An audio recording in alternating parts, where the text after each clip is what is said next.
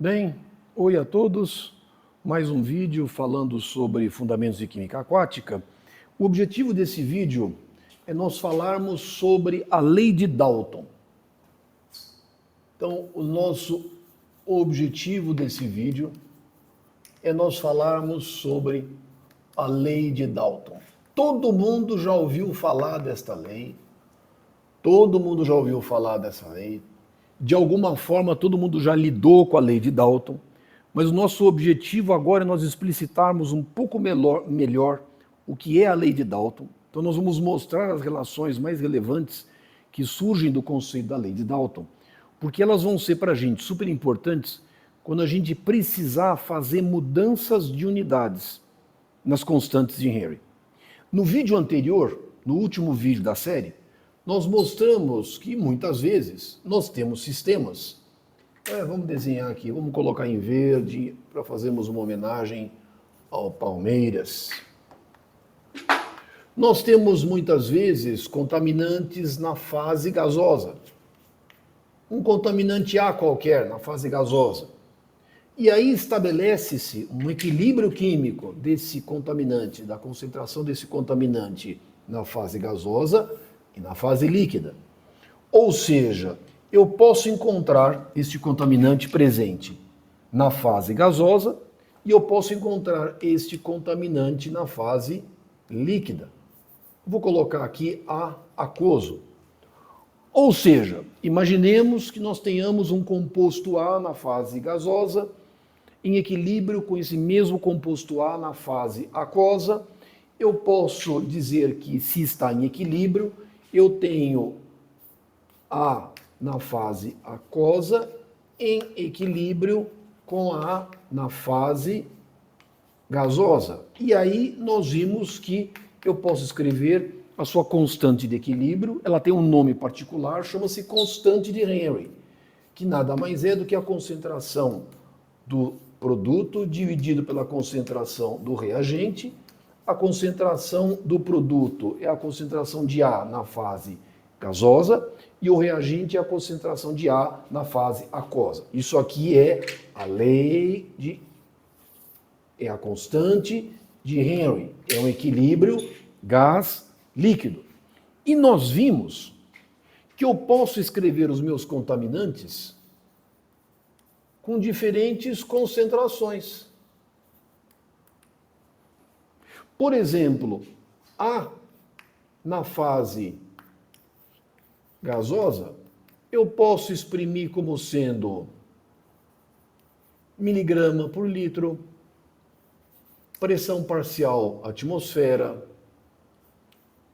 micrograma por metro cúbico, fração molar. Ou seja, eu posso escrever a concentração do meu contaminante na fase gasosa de diferentes formas. Da mesma forma que eu posso escrever o contaminante A presente na fase aquosa, também com diferentes unidades. Miligrama por litro, mol por litro, fração molar e assim por diante. E nós vimos que essa constante de Henry, ela pode ter diferentes unidades. Pode ser atmosfera, pode ser atmosfera vezes litro por mol, pode ser... posso colocar como metro cúbico por metro cúbico e assim por diante. Ou seja, nós vimos que constante de Henry tem unidades. E aí, muitas vezes, a dúvida que as pessoas têm é como é que eu consigo fazer, como é que eu consigo calcular a concentração de um contaminante na fase gasosa, por exemplo, de miligrama por litro, para a fração molar, ou de miligrama por litro para a atmosfera. Como é que eu consigo fazer estas conversões de unidades dos meus contaminantes na fase gasosa e na fase líquida? Na fase líquida é mais fácil, mas na fase gasosa muitas vezes existem muitas dúvidas. E aí nós vamos lançar mão da lei de Dalton. Vamos tentar explicitar um pouco melhor o que é a lei de Dalton. Vamos imaginar o seguinte, vamos imaginar que nós tenhamos um sistema, vamos dizer que nós tenhamos um volume conhecido, fixo, e esse volume esteja submetido a uma pressão total conhecida. E vamos dizer que aqui dentro nós tenhamos 3 gases. O gás 1, que eu vou indicar por essas bolinhas. O que é o gás 1? O gás 1 são essas bolinhas cor-de-rosa.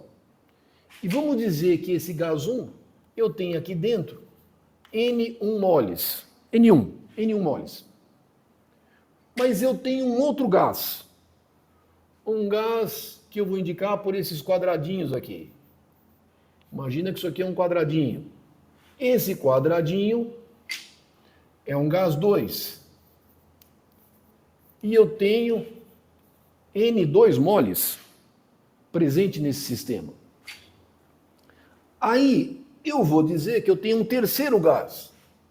Eu tenho aqui os meus triangulinhos. O triangulinho é um gás 3. E eu tenho N3 moles.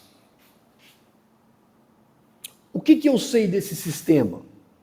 Se eu tenho uma pressão total e eu tenho um volume V conhecido, e eu tenho um certo número de moles total aqui dentro, eu posso escrever, de acordo com a equação universal dos gases, P total vezes o volume é igual ao número de moles total vezes R vezes T.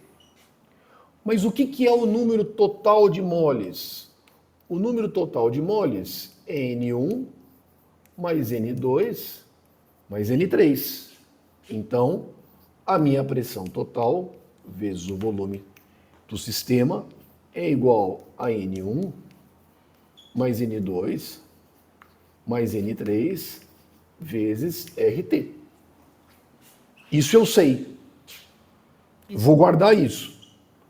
Agora, o que é que eu vou fazer? Eu vou pegar o mesmo sistema. Vamos admitir o meu mesmo volume. Agora, o que eu vou fazer? Eu vou tirar o gás 2 e vou tirar o gás 3.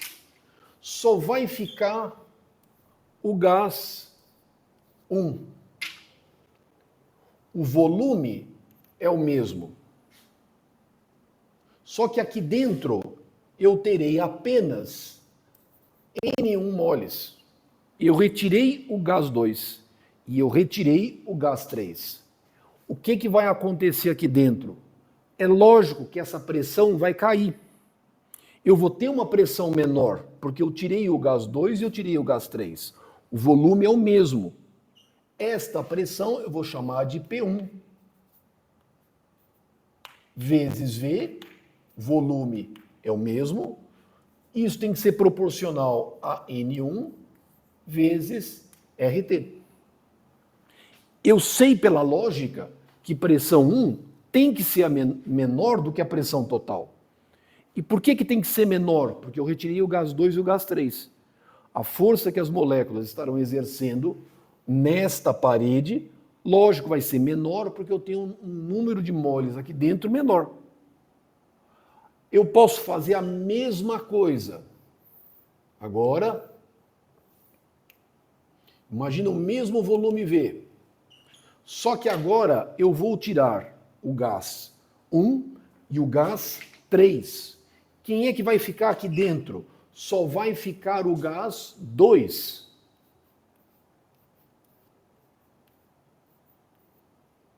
O que eu tenho aqui dentro?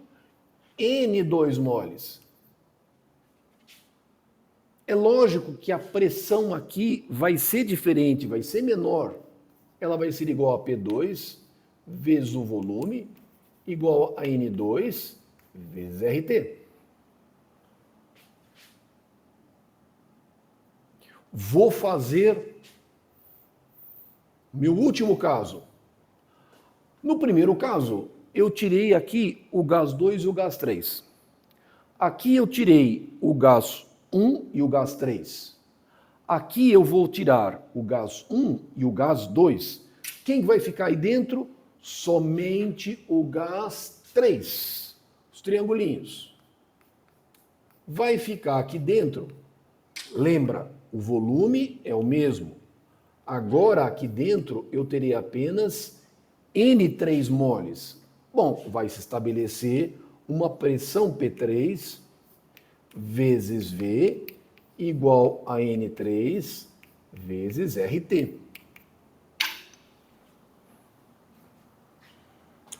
Ou seja, o que eu fiz nesses três casos?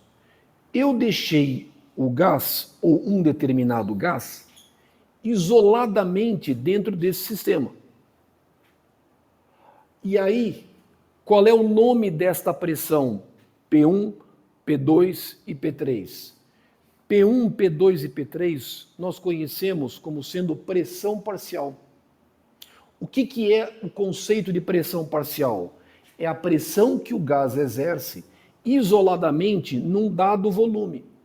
Ou seja, eu retirei todos os gases, com exceção de um.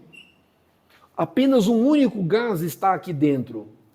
Apenas um único gás.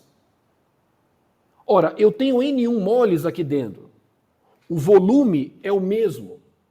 A pressão vai diminuir. Que pressão que é essa? É a pressão parcial que esse gás exerce dentro deste volume. Então, esta pressão 1, eu vou chamar de pressão parcial 1. Aqui, pressão parcial 2. E aqui, pressão parcial 3.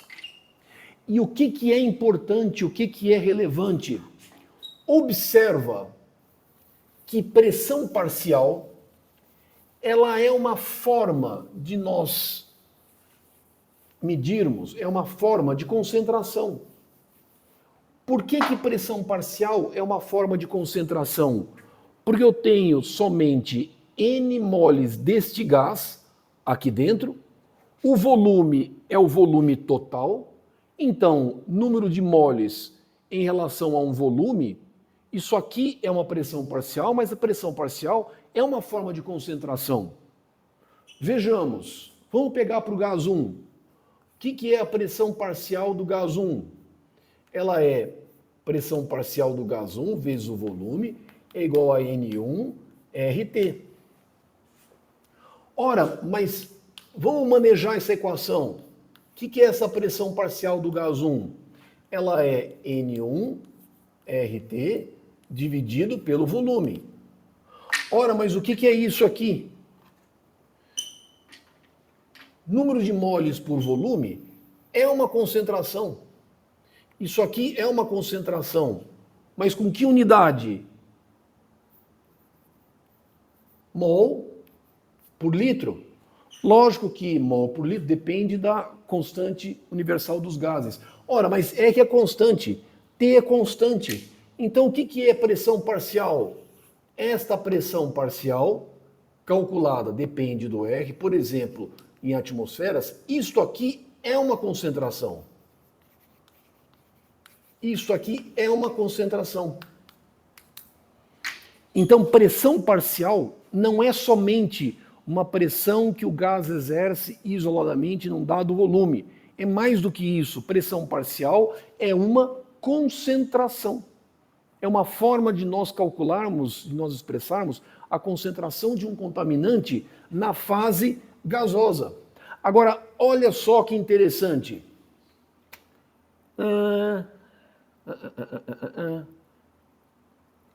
Deixa eu apagar aqui. Nós vamos voltar nisso aqui de novo. Agora, vamos estabelecer umas relações importantes. Vamos lá. Vamos começar daqui. Eu não escrevi que pressão total vezes o volume é igual a N1 mais N2 mais N3 vezes RT? Vamos abrir o parênteses. Então, pressão total vezes o volume, isso é igual a N1 RT mais N2 RT mais N3 RT. Mas o que é N1 RT? É a pressão parcial do gás 1 vezes o volume. O que é N2 RT? É a pressão parcial do gás 2 vezes o volume. O que é N3 RT? É a pressão parcial do gás 3 vezes o volume. Ora, então, pressão total vezes o volume é igual à pressão parcial do gás 1 vezes V, mais a pressão parcial do gás 2 vezes V, mais a pressão parcial do gás 3 vezes V. Ué, mas o V é o mesmo. Então, a pressão total de um determinado conjunto de gases num certo volume é a somatória das suas pressões parciais. No caso do nosso sistema, nós temos 3 gases, é a soma destas pressões parciais. Esta é uma primeira consequência da lei de Dalton. Esta é uma primeira consequência da lei de Dalton.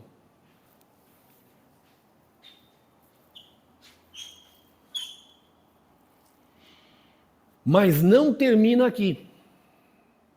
Não termina aqui.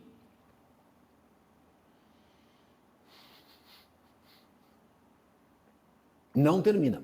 Essa é uma. Eu vou continuar. Só que para isso, agora, eu preciso apagar aqui.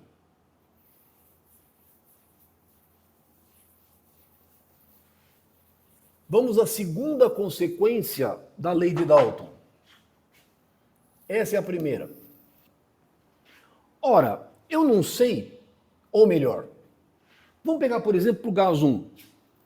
O que é o gás 1? O gás 1 não é a pressão parcial do gás 1 vezes o volume dividido por N1 RT? Certo. E o que é a pressão total?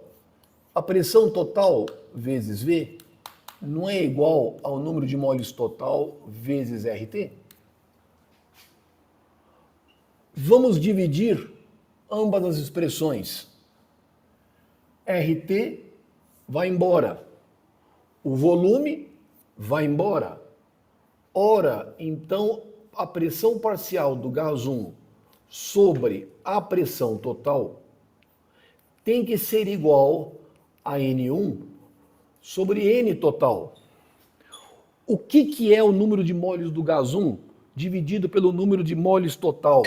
Isso aqui tem nome. Isso aqui é o que nós definimos por fração molar.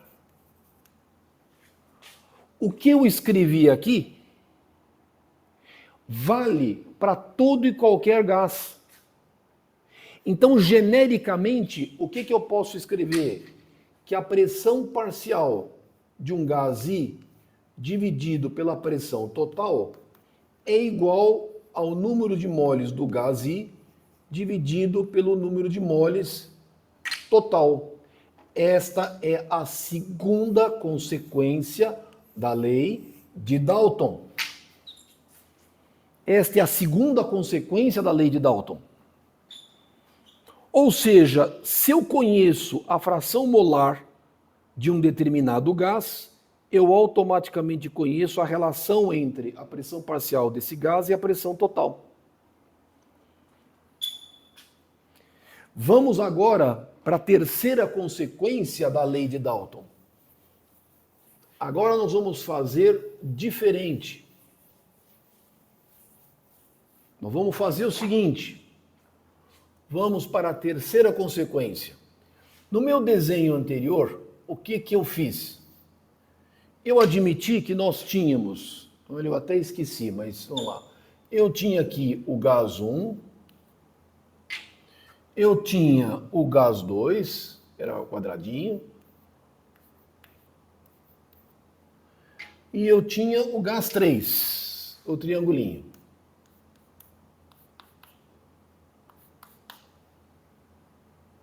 Então, isso aqui, gás 1, N1 moles. O azulzinho, gás 2, N2 moles. E, finalmente, aqui, o gás 3, N3 moles. Esse sistema tem um volume conhecido, V, e tem uma pressão total também conhecida. Agora, o que eu vou fazer? Eu vou manter os 3 gases aqui dentro. Só que eu vou dar um jeito de colocar todas as moléculas do gás 1 juntas. Isso aqui é o gás 1. Isso aqui vai ser, por exemplo, o gás 2. E todas as moléculas do gás 3 vão estar aqui. Ou seja, eu tenho N1 moles nesse cantinho, eu tenho N2 moles neste outro canto, e eu tenho N3 moles nesse outro canto. Eu estou agrupando os gases. Ora, o que eu tenho aqui em N1? Eu sei que aqui, se eu agrupar todas as moléculas, eu vou ter, esse gás vai ocupar um volume V1. Eu sei que aqui eu vou ter um volume V3 e aqui eu vou ter um volume V2. Mas eu sei que, lógico, V1 mais V2 mais V3 tem que ser igual ao próprio volume V. Lógico. O que eu vou dizer? Vamos escrever, por exemplo, veja, a pressão continua sendo a mesma. A pressão não muda, porque aqui eu continuo tendo os 3 gases aqui dentro. Vamos pegar o gás 1. O que eu tenho para o gás 1? Pressão total. Só que agora ele vai ocupar um volume V1. Mas quem ocupa o volume V1? N1 moles vezes RT. Da mesma forma, pressão total vezes um volume V2 tem que ser igual a N2 RT. E finalmente, para o gás 3, pressão total vezes V3 é igual a N3 vezes RT. Ora, vamos pegar esta expressão. Pressão total vezes o volume V1 é igual a N1 vezes RT. E vamos dividir pela minha equação. Nesse caso, eu tenho pressão total vezes V é igual a N total vezes RT. Divide. Coloca aqui a pressão total, volume total, N total, RT. Divida ambos os membros.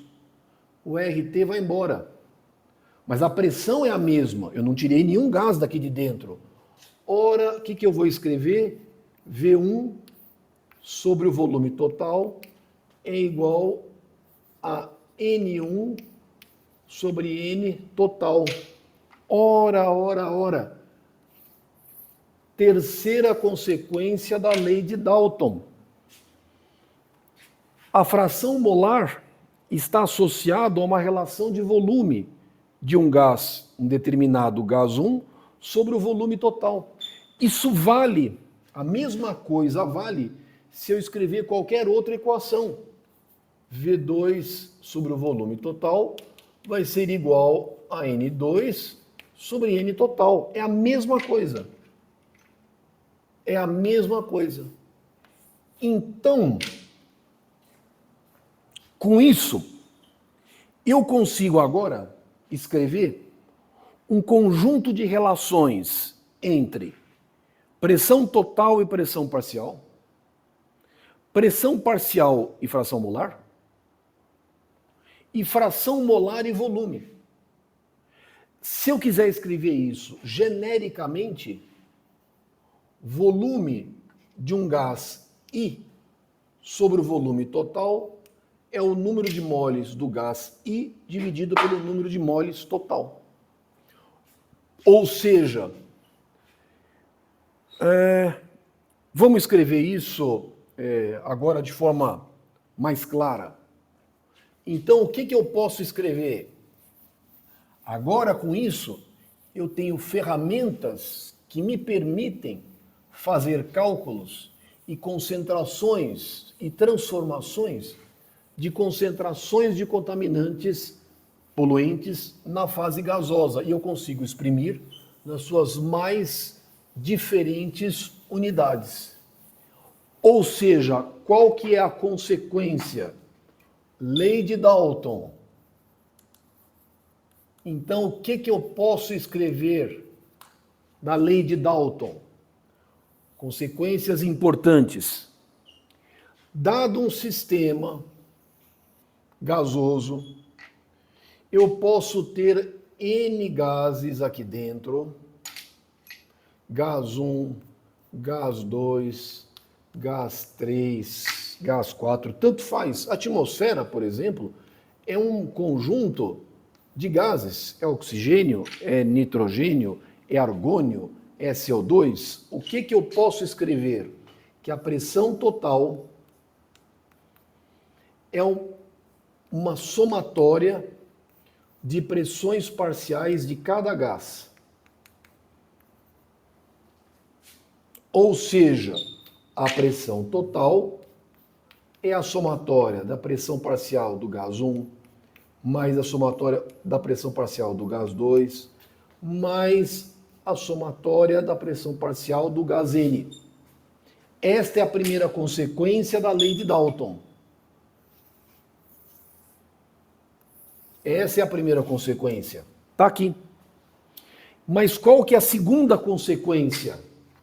Que a pressão parcial de um gás I dividido pela pressão total, ela tem que ser proporcional ao número de moles do gás I sobre o número de moles do gás total.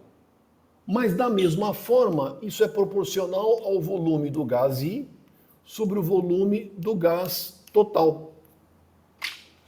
Isto aqui é a segunda consequência da lei de Dalton. Ou seja, eu tive o cuidado de demonstrar todas essas relações, porque nós vamos utilizá-las quando nós precisarmos fazer mudanças de unidade nas constantes de Henry. E é o que nós vamos ver posteriormente. Então, o objetivo central desse vídeo, qual foi? Nós mostrarmos as consequências da lei de Dalton e a importância disso para a gente.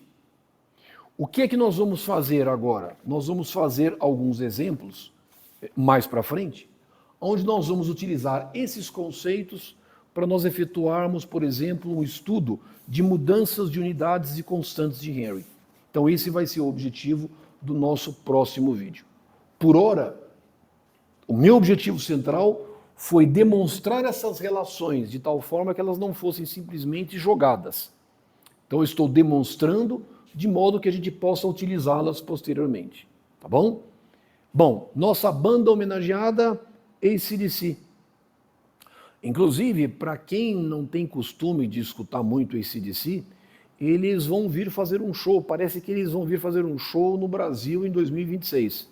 Então, aqueles que os amantes do rock and roll, do bom rock and roll, não deixem, se vocês tiverem condições, não deixem de assistir o show do AC/DC. Vai ser aqui no Brasil, eu não sei quando vai ser. Eles apenas divulgaram que eles têm algumas datas previstas para tocarem aqui no Brasil. O AC/DC é uma banda australiana, fez muito sucesso. E engraçado, né? Como sempre, né? Teve lá as suas dificuldades. O primeiro vocalista, o Brian Jones, o Brian Scott, ele faleceu. E depois o Brian Johnson substituiu, e substituiu inclusive muito bem. Então, é uma banda que fez muito sucesso, ainda faz muito sucesso. Então, não deixem de escutar AC/DC, porque é uma banda que vale a pena. E esse disco, inclusive, é super legal. Esse disco na minha opinião, é talvez um dos melhores do AC/DC. Vale a pena vocês escutarem aqui Back in Black, tá bom? Então, nossa homenagem ao AC/DC. Muito obrigado por vocês terem assistido esse vídeo, onde nós apresentamos a Lei de Dalton, e até os nossos próximos vídeos. Um abraço a todos e até lá.